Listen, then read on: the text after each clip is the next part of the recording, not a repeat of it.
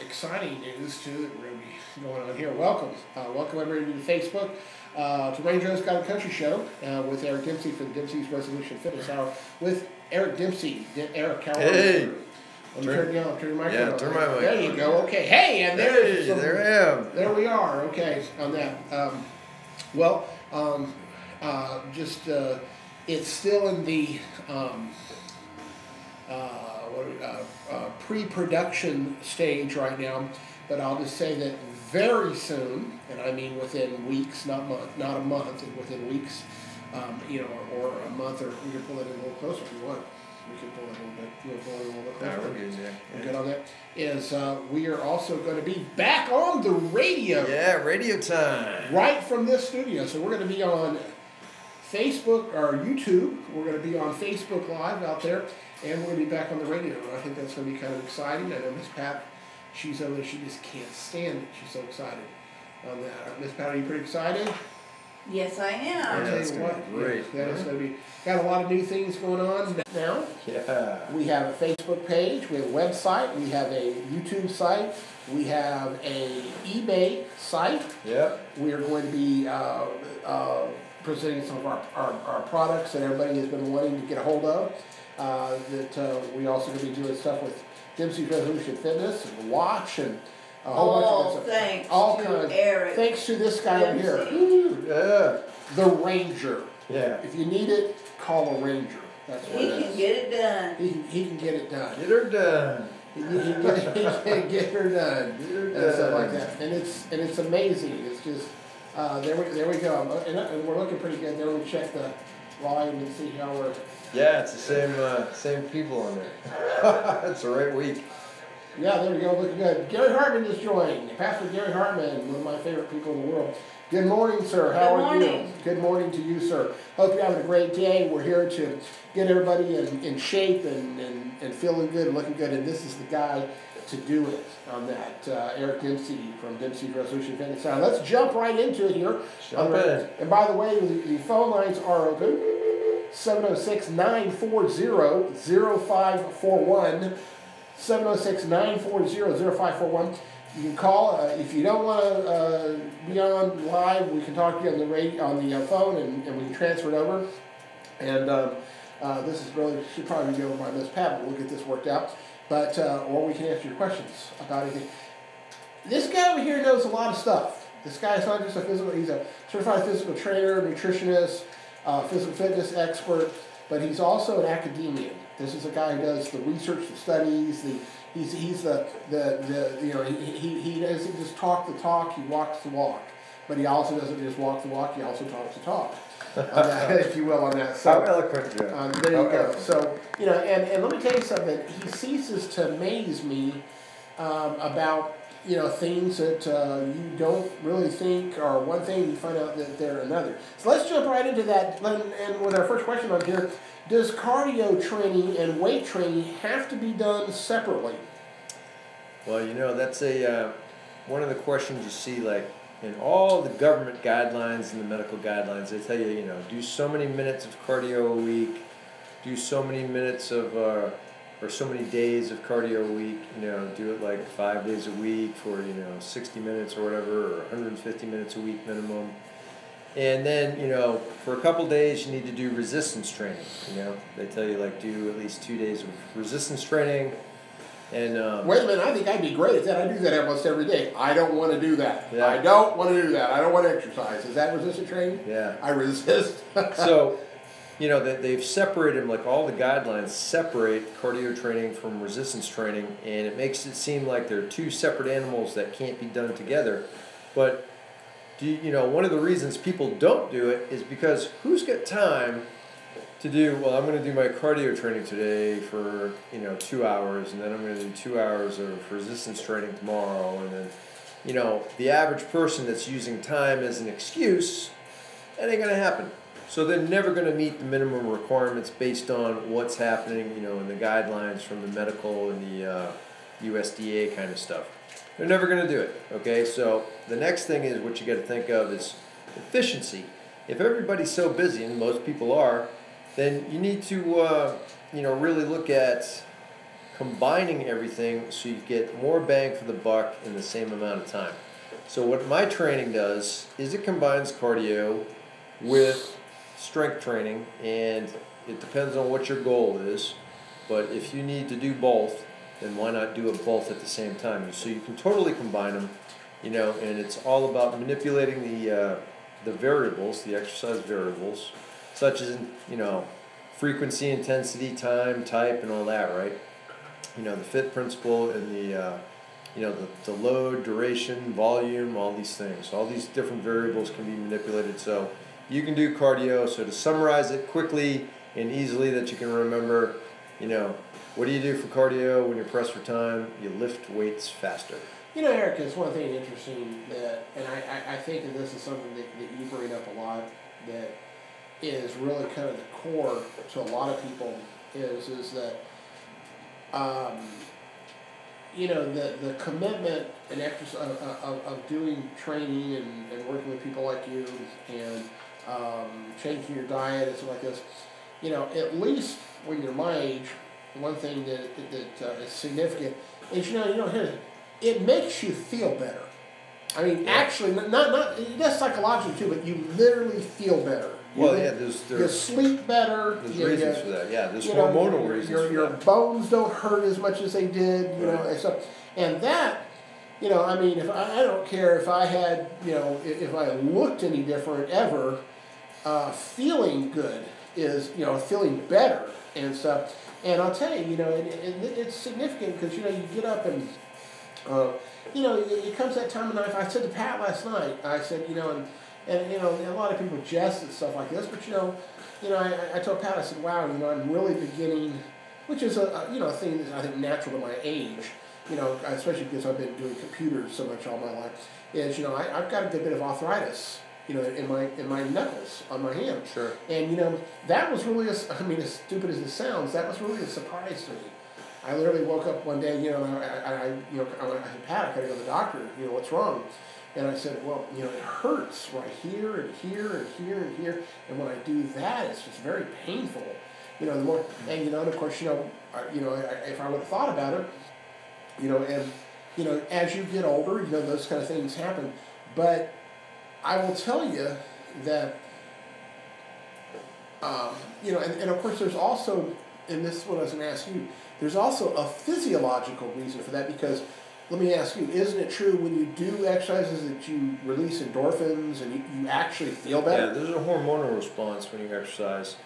And that's why you do feel better. Endorphins and different hormone releases. It affects, there's an impact, either a direct or indirect impact on all those kind of things, plus like dopamine and serotonin, melatonin, all these different things.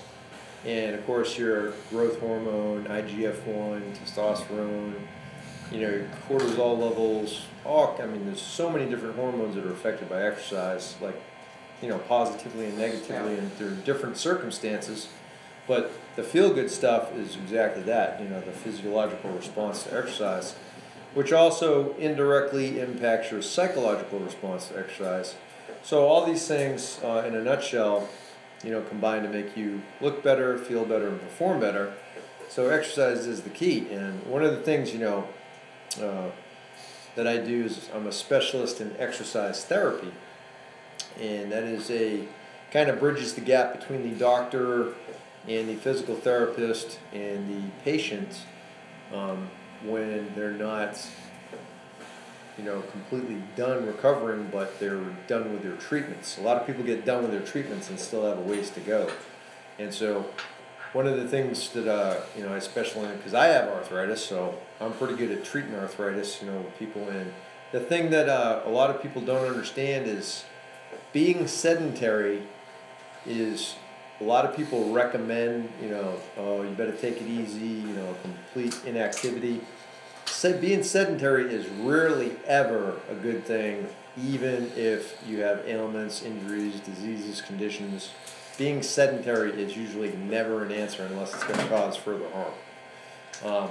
But yet, you'll get recommended to cease physical activity. As soon as you cease physical activity, things start going downhill. Within 72 hours of ceasing physical activity, 72 to the 96-hour mark, you start going into atrophy, you start like, losing lean muscle mass and increasing body fat, raising cortisol levels, increasing inflammation. All these different bad things are happening. You got to stay active, and the best way to be active is with weight-bearing resistance. Okay, one of the big things about the cardio dilemma is everybody's like, oh, you got to get out there and do cardio, hit your treadmill or your elliptical machine. The big thing is you got to do weight-bearing resistance training, especially for older people. I'm also a specialist in seniors fitness, right? Older adults, and training them. Resistance training is the very, very most important aspect of the training. Your typical recommendations you'll get from the gurus in the medical world will say that, oh, you're going to do cardio, cardiovascular, you need to go do your 30 minutes or your 150 minutes a week. But for seniors, you need to start. Welcome, Brad Wheeler. Jack Steele, and eat your chow. You need big food, and you need, protein, and you need weights. Okay, and that goes for everybody. Kids, adults, older adults. I don't care if you're an alien, a dog. Everybody needs more protein. Everybody needs exercise. And there's always the exception to the rule. The one person that'll explode in a fireball. If they look at a weight set, they just die. There's always an exception to the rule, but for the most part, 99% of the population needs a lot more good nutrition, which includes tons of protein, and need to lift weights or do some type of resistance-based training more than the cardio-based training, okay? Because cardio-based training is actually inflammatory. Cardio-based training, when it's done in a steady-state capacity, actually kills people, okay? You don't see the fat guy on the side of the marathon eating hot dogs, watching them run by. He doesn't die. The guy that's out in the middle of the road running on his 25th mile, he's the one that dies from, massive coronary condition, some type of sudden cardiac death syndrome, some type of, heart attack or some other related thing. It's the runner who dies during the runs, not the fat guy sitting there watching them. Okay, so keep that in mind. And if you're participating in a type of training where people die, you've got to really start doing risk management and risk assessment. If you take casualties during a physical training event or a fitness event, like a marathon or some type of extensive, long duration, steady state event, you really got to ask yourself some questions about, is this the sport for me? But if it is, rock and roll. Just like a skydiver, right? Live by the sword, die by the sword, which is cool. If that's your thing, go do it. But if you're doing it for health reasons, then you really got to ask yourself, are you doing the best thing for you? What do you need? And a lot of times, cardio is, traditional cardio, like, running, jogging. Jogging is the worst. So if you're going to do cardio, do it either really slow or really fast, either walking or sprinting.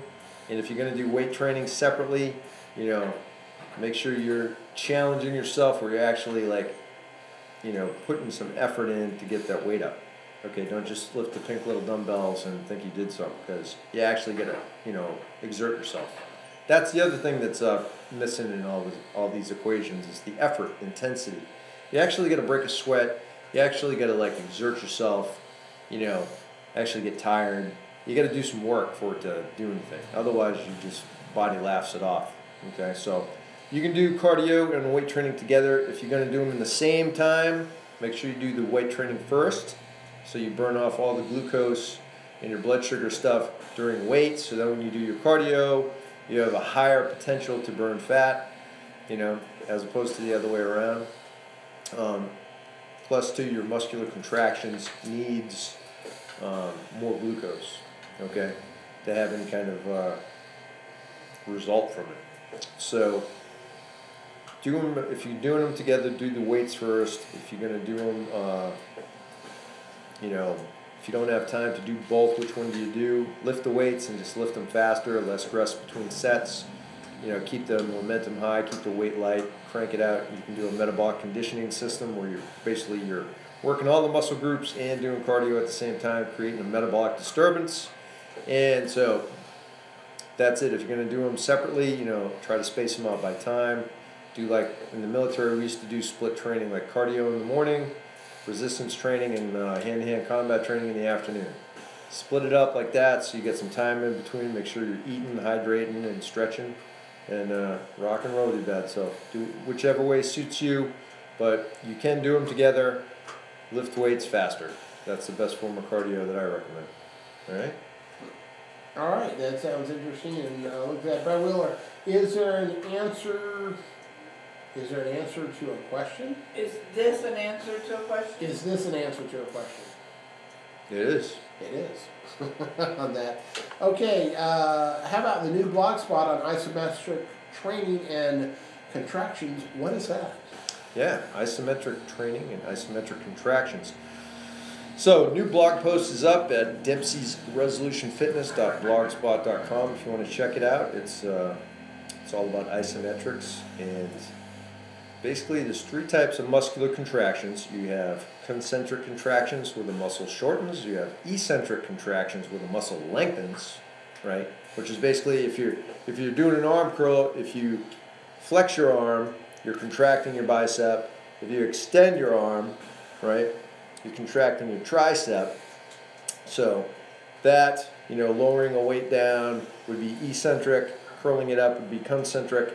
If I pull up against a weight and it causes me to remain still and motionless where the muscle doesn't change length, now I am under an isometric contraction.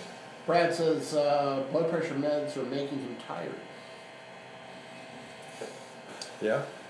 Well, that's one of those things where you got to check with your doctor and watch your nutrition and your activity levels, and there's so many variables where that stuff could be affected by anything. If I know I'm on blood pressure meds. I know if you get if it brings your blood pressure too low, it's anything too low, too high, it's going to make it you're going to feel tired. But you got to look at blood sugar. You got to also look at anything that's when you're doing tired stuff. You got to look at does it have any diuretic effects? Is it causing how's your blood sugar? You got to look at all these different things that affects fatigue and stuff, and it could be a lot of different things. So I would talk to your doctor about that and see what the options are for you.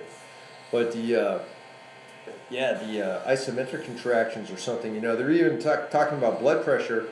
They're now researching isometric training for blood pressure treatment. So weight training and exercise in general has been shown to positively affect blood pressure, and isometric training used to be because it increased interthoracic pressure or intercostal pressure, basically the pressure in the torso inside around your organs and heart. When you contract, you tighten everything up and you have air inside, it creates like a solid chunk of steel that increases your inner pressure and obviously increases your blood pressure a lot, right? So, people used to be like, oh man, I'm getting, all kind of warnings from my medical people that, I can't do these things and I can't do exercise. But now they're finding if you have the right intensity level, you start off really easy and you start progressively building up the intensity, that you can actually lower blood pressure. You can, effectively work on all these different types of exercise and progressively work on lowering your blood pressure at the same time. And of course, tied in with the nutrition stuff, hopefully I've had numerous people normalize their blood pressure, get off the blood pressure meds. If your blood pressure is normal under medication, that's still better than it was, but that's not okay. Okay, that's not I'm good, I just got to keep taking my pills. It means you're still really, really off, and you have to take synthetic drugs to keep you right. Okay. Brad said about getting a second opinion. Brad, I'll tell you this. I'm a big believer in that, and something not to put down one doctor or another, medical doctor or another on that is that I know Pat and I went through last year. We had a situation where those Pat has bad knees. One of her many medical problems she has, and we went, and it's not important who it was, but we went to 2 very well-known orthopedic doctors, 30-year plus orthopedic doctors in Wow. Columbus that are nationally known, experts. There's no doubt about that. There's no doubt about that. And there was a procedure that was suggested, and literally, we had we went to one doctor that not being facetious, literally said, "Hey, this procedure is the best thing since white bread."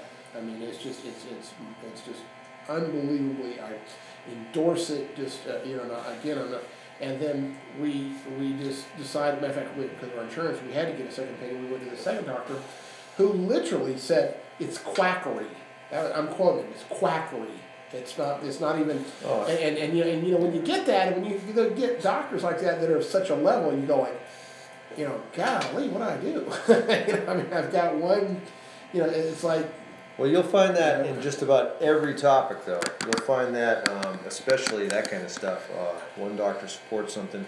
Same thing with, in the fitness realm, like one coach or one trainer will recommend one type of training. The next guy will say, "Oh no, don't do that."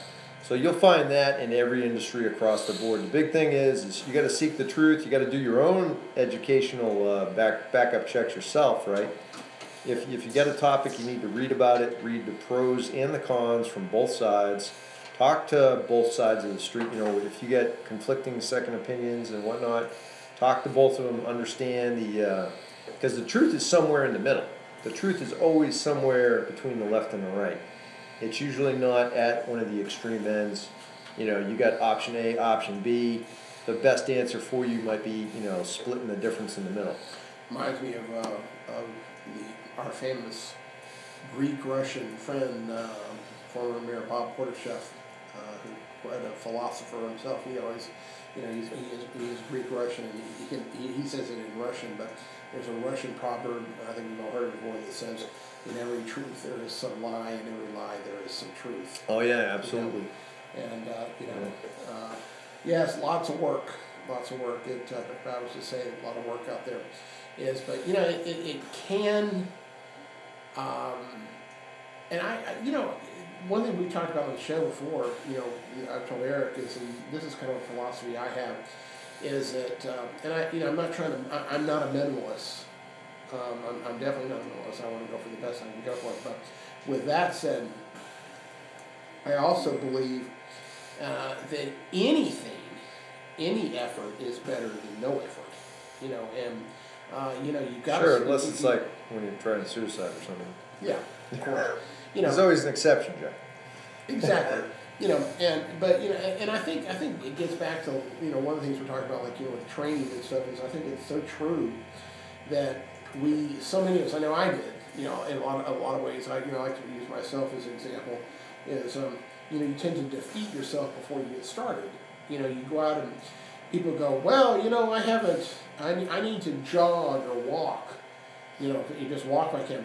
And they go, well, I'm going to go out, the very first day, they go out in 98-degree weather, and they go out and they say, well, I'm going to walk 2 miles. Yeah. And they haven't done that in 20 years. Yeah, and then so what happens, they walk about 20 yards. So that's unrealistic goal setting. Yeah, and then, they're going, that's, that is. I think there's a lot of that. So unrealistic goal setting, that's one of the key elements of goal setting, is to set realistic, attainable, yet challenging goals. See, it has to be challenging, it has to be attainable, but it needs to be, super realistic. Like, if you're on a hot day and you decide to go do something, don't do something that you haven't done in 20 years. Do something easy that you can actually attain, but will still cause you to do some work. You don't want it too easy, you don't want it too hard. You want to start off with something that you can actually do. Get some mileage under your belt, get some exertion under your belt, and feel good about it. That'll make you feel good about yourself, and you'll continue on. But the isometric contractions, the beauty of that is that you can pick stuff up at your house. You don't need a fancy weight. Hold it for 6 seconds. Pick up something that's heavy, like some people it could be a gallon of water. Pick up a gallon of water and got a Pat Scout dog, and then hold that thing, hold it up in a half bicep curl, and really challenge your upper body while you keep your core tight. Take a deep breath, hold it for only like 6 seconds. You don't want to go a long distance with this because you are increasing your blood pressure. And of course, check with the doctor before you do any kind of crazy exercise and nutrition stuff always, right? That's a always a given. Always check with your doctor first. But isometric contractions, one of the 3 types of contractions, it's very effective. It's starting to be looked at for blood pressure treatment, and it's basically where you pick something up and hold it for a brief amount of time, and you contract the muscles as hard as you can. And like if you were to pick up a dumbbell and hold it halfway up, and you hold it there against the weight, it's super effective at developing strength. Doesn't require a lot of time, effort, or space. All you got to do is grab something and hold it. Another good example is doing a plank on the floor or holding the push-up position. Those are isometric contractions where you're not moving, the muscle's still. It works great.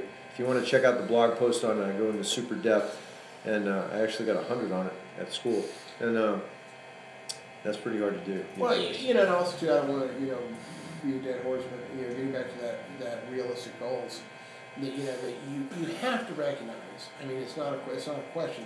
It's not a suggestion. You have to recognize that, and I think this is I'm going to say it because I don't think a lot of people would want to say this. That if you're 55 years old, 55, 56, whatever you're old, that age, you're not going to be able to do the physical things you could do when you were 25. I mean, I'm sure there's exceptions to that, but generally, I think a lot of people go out and they go, oh, back when I was in the Army, when I was 18 and I went into basic training, I could do 150 push-ups. But that goes both ways, though. That goes both ways, because what happens too is that's a realistic expectation. That's also a cop-out. Yeah, that's true. You know what I mean? Like, you could just say, man, I'm not as young as I used to be, man. I can't do that. You want me to get up out of the chair and actually exert myself? I'm not a spring chicken anymore. So it goes both ways, and you really got to, it's common sense. Yeah, you're not going to do what you did when you were 18, but that doesn't mean you still can't do great stuff. Remember, my client George is 64. Mm-hmm. He benches over 225, he squats over 200, he deadlifts over 400. He's 64. All right? Yeah. I guess what I'm just saying is, and I mean this in a nice way from a kindred soul. Don't be stupid. If you get out there, you start getting chest pain, so you need to stop. And right. Go see your doctor. And on the flip side, don't let that fear of that keep you from doing anything at all. And just know when to say, hey, maybe I better slow down here and talk to my doctor. But the big thing is talk to professionals, and one of the huge things that I've learned over the years is how to assess people and how to look at people and read people from training hundreds of them and watching them. The whole thing is not to go out and find some super hard thing to do, but what I try to tell people is the first thing they want to tell me is all the stuff that they can't do. I can't do this, I can't do that, I'm too old, I don't have time, I ain't got the money, I can't, right? So what I do is I go, hey, let's find out what you can do. What can you do? Can you stand up out of a chair? Boom, there's one exercise. Can you sit down in a chair, right? Can you pick something up off the floor? Can you do this? Can you move this way? Can you turn that way? And, when you start looking at things from a can-do perspective, you start making these big lists of all these things you can do. And then, all of a sudden, you have a different perspective. Absolutely. I can do all kind of stuff. And Joe's going to find out shortly, in the next couple of weeks, how much stuff he can do. On that. Observations from the big gyms. Yeah. That's GYM. Yeah. Not GI.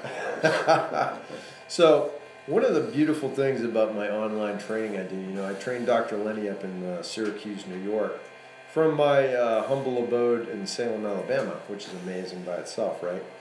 And so he goes, he's a professor at Syracuse University, and he, in between classes, he'll blast to the campus gym, which is a giant, beautiful facility. They have a giant campus, fully equipped globo gym, right? It's just like any other big chain box gym. And it's got usually dozens and dozens of people in it, right? So when I watch him, I'm watching him do his thing, but I can't help but seeing the 50 people behind him, right? The 50 people behind him, and I can't help it. I'm a trainer and strength coach, so I watch them do their stuff. And just while Dr. Lenny is changing plates on his weight set, I'm just sitting there watching his background and all these people walking by doing exercises and stuff. So what I've noticed is like probably 4 out of 5 of the people that I've seen in this one gym, and keeping in mind I worked at Smith Fitness Center for almost 5 years, another big gym on Fort Benning, hundreds of people in there. I've worked at a variety of different gyms. I've attended gyms all around the world where I was a member and worked out. And I can say, you know, from observations, like 4 out of 5 people, you know, really don't have a clue what they're doing in there. They're not doing the exercises right. They have no idea about, you know, what's going on or what they're trying to do. Their form is terrible. You can tell they're not even working the right muscles.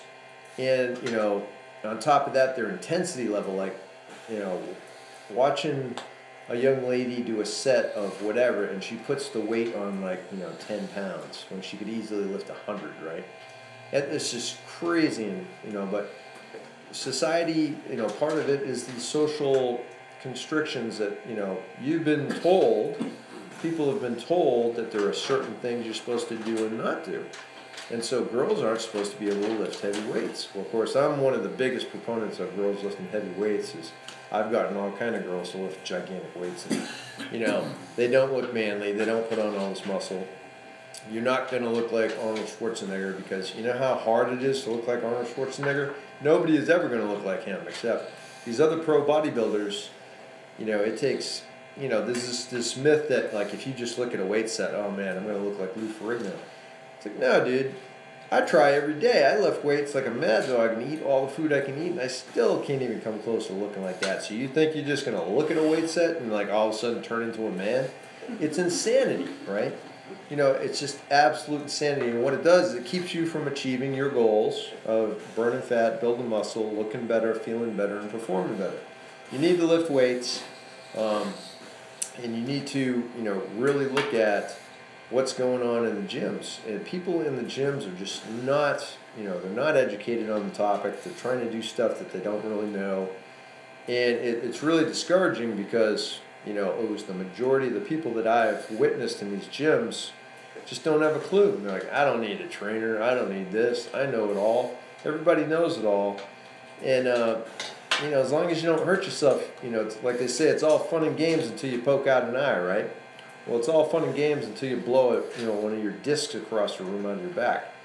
And, man, so when in doubt, you know, don't ever do any kind of exercise or any activity where you don't understand exactly what's going on, the biomechanics of it, what muscles are supposed to be working on the eccentric and concentric and isometric contractions, what's the range of motion, what's it supposed to look like, where am I supposed to feel it, you know, how many sets should I be doing, what kind of weight should I use. If you don't understand all those things, go find out. And if you need to, call me, because that's what I do for a living, all right? I tell people that stuff. Do it. Right? Do it right. Do it right. Do it right. Do it right. Be safe. That's it. Well, we're about to the end of the questions here today. Yeah. We got a lot. We've had a good talk. We're going to be doing some more stuff coming up on Tuesday, and I think I'm going to have a new perspective when we come in. Yeah, you'll be able to give some new insight on different things. I'll be going. You may even be talking to God. That's it. I think so. I try to make my training spiritual for most people. I like that. I like to hear that. Well, I hope everybody's had a good one on the Very Joe's Got Show on the Dempsey's Resolution Fitness Hour. I want to remind everybody tomorrow at 12 o'clock we're going to be having The Watch. We're covering crime. Yeah, The Watch. Chattahoochee Valley is going to be here with Eric Woodson. And we've got some very controversial topics. Bring your body armor. That's right, because, you know, for those of you who haven't heard, we had 3 murders last night. Wow. 3.